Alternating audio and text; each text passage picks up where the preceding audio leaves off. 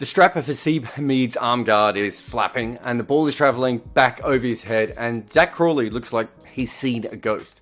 Pat Cummins has chosen violent. There's a moment where the ball's approaching Hamid where he clearly doesn't know where it is.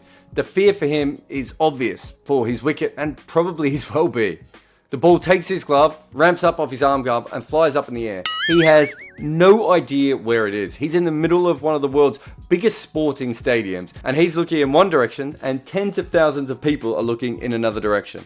I mean, at this point, if Hamid remembers his name, he's doing well. Hey England, welcome to the suck. Cummins follows up Hamid's accidental escape by attacking Crawley's off stump like it abused him in the playground. The entire over seems unfair. These two guys averaged 31 and 32 in first class cricket. Pat Cummins is a golden being of light that radiates perfect precision and happens to have the 6th best bowling average of all time. To misquote Bundini Brown, how are you going to play God, son? And at the beginning of the day, it was Omicron that might end this series. And now it's less COVID and more a Cummins scare. But somehow his first over doesn't even get a wicket. Maybe it didn't need it. The balls were too perfect to be sullied by a slow walk-off. Next over, Hamid knows that the short one is coming, but it doesn't matter, because it's just good. The threat is in the air, but it's too good and fast from Mitchell Starc, and there is a half shot played. It's actually hard to tell at times if Hamid is playing and leaving. He's moving the bat away, but late. Like he wants to leave, but the ball has already been thrown to second slip. Last delivery of the over, he plays a timid waft outside off stump just to make sure his bat still works. It does not. A little bit of grass on the wicket is good, but too much and all hell breaks loose. Not enough and things can go sideways very quick. The same is true of your pubic hair. And you don't have a groundsman who smells like fertilizer telling you what to do. No, you are the curator of your own pubic pitch. So if you're having trouble grooming your pitch, what about Manscaped? They've invented a sleek, well-designed, optimized trimmer that helps you shave your balls. I've used it, and it's incredible. It's good enough to use at Lord's. So get 20% off and free worldwide shipping with the code REDINKA. And you just put that in at manscaped.com. That's 20% off, free worldwide shipping, manscaped.com. The code is REDINKA. I always thought this podcast took balls more seriously than anyone else. Then I tried Manscaped.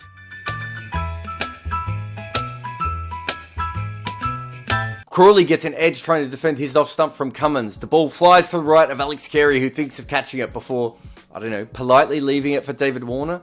Usually there would be analysis of how he allowed a catch to pass him by safely, but no one cares, because it looks like there will be a wicket every ball, or maybe two if that's actually possible. Yet for all the murderous intentions so far, Australia hasn't even taken one yet. There are countless plays and misses and leaves that make people feel physically ill and half shouts as balls hit things near pads and LBWs and all these things, but no wickets. In fact, after 4.3 overs, all there has been is threats and no victims. It feels like England could already be 5 wickets down. Hamid's blind glove, one of Cummins' many off-stump steamers, Starc off a hard length, the Carey statue, they've all come and gone. It's clear that while England want to make it through the stumps, they're just really trying hard to make it through any ball. Every time they're not out, it's a victory. But ball 4.4 does start it. And considering what came before it, it actually feels quite tame. Starc moves Crawley across the stumps, he pokes at one behind. It was a friendly execution. The final meal was well cooked, and the priest agrees to keep it short. But the next ball is an explosion. Dawid Malan is in the picture, but there's almost like he's a glitch from a different computer game altogether. I mean, he misses the ball by a long way. And if he's playing a shot, we haven't given it a name yet. It's LBW, but it's more brutal than that. Now there's a hat-trick on, and Starc is coming in, and the MCG is screaming, and the ball flies past the edge of Root. And the ground and Marnus Labuschagne cannot believe this is not a hat-trick. And Cummins wants to join in. He hunts the edge again, and Root is standing at his crease, furious that he hasn't left that ball. He's worried about whether his hat is straight, as there are like mortar blasts all around him. And when Root does get it right, he knocks a straight drive down the ground like he is unaware he is batting in hell. Again, he's brought his own pitch for the occasion. But we see what really happens on this surface when the first ball of the 8th over moves like an off-spinner for Cummins. Hamid makes an early decision to leave it.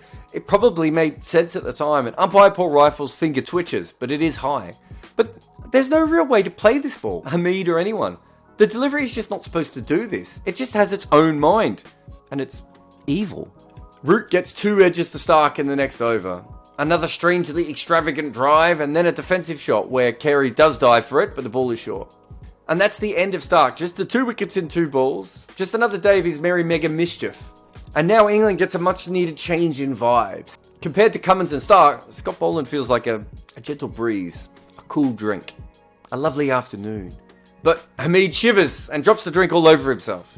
I mean, this man lasted through Cummins almost beheading him and Stark almost ripping his throat out. Countless Incrediballs around off stump. And Boland takes him with perhaps the most friendly delivery he was going to see this innings. And imagine the stories he would tell his grandkids about this day. Oh, you've never seen anything like it, kiddo. They were two of the fiercest creatures in all existence, coming for me. Fast, dangerous, full of bloodlust. One athletic and godlike, crafted from flawless granite with the singular purpose of claiming your off stump. And the other one was tall, lean, and left-armed, like a raptor with an arm cannon. The ball was here, it was there, it was everywhere. And I was jumping, hopping, missing, ducking and diving all over this majestic cauldron. I could feel 30,000 droplets of spittle hitting the back of my neck. It was the best spell of bowling I've ever seen. And here I was, out in the middle, facing up to the apocalypse. But who got you, Grandpa? Perfect Pat or Manic Mitch? Oh, I can't remember now. It was a long time ago. But this is Melbourne, Boland City, where he is, according to the local paper of record, unplayable. Hamid may want to keep a cut out of that. And then England sent in Jack Leach. Has he not suffered enough? Is there no shit job left for him to do that England haven't given him yet? I don't know. Jimmy Anderson's laugh coach, Ben Stokes' locker attendant, or Chris Silverwood's agent. To throw him into this MCG pit as nothing more than a sacrificial wicket after his series is probably against, I don't know, parts of the Geneva Convention. Or at the very least, cricket etiquette.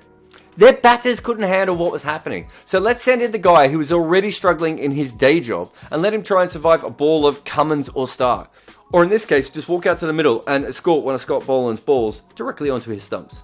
The good news is that England's best batting came after this, as it took so long for Ben Stokes to come out that they didn't actually look like losing a wicket for minutes. And then Root survives the last over from Cummins. In fact, to prove that he's not really related to the rest of his batters, the man finished the day with an on drive. An on drive, while Rome burned. The ludicrous nature of these 12 overs finishing with England sort of legging a 3 is so preposterous. There have been times in this series where England has played a massive part in their own downfall. In this innings, I think their biggest mistake was, getting on the plane in the first place. But the weirdest thing is that England survived Cummins. Tell the villagers, stop the presses. But they lost 4 wickets in the other 6 overs. The suck is real.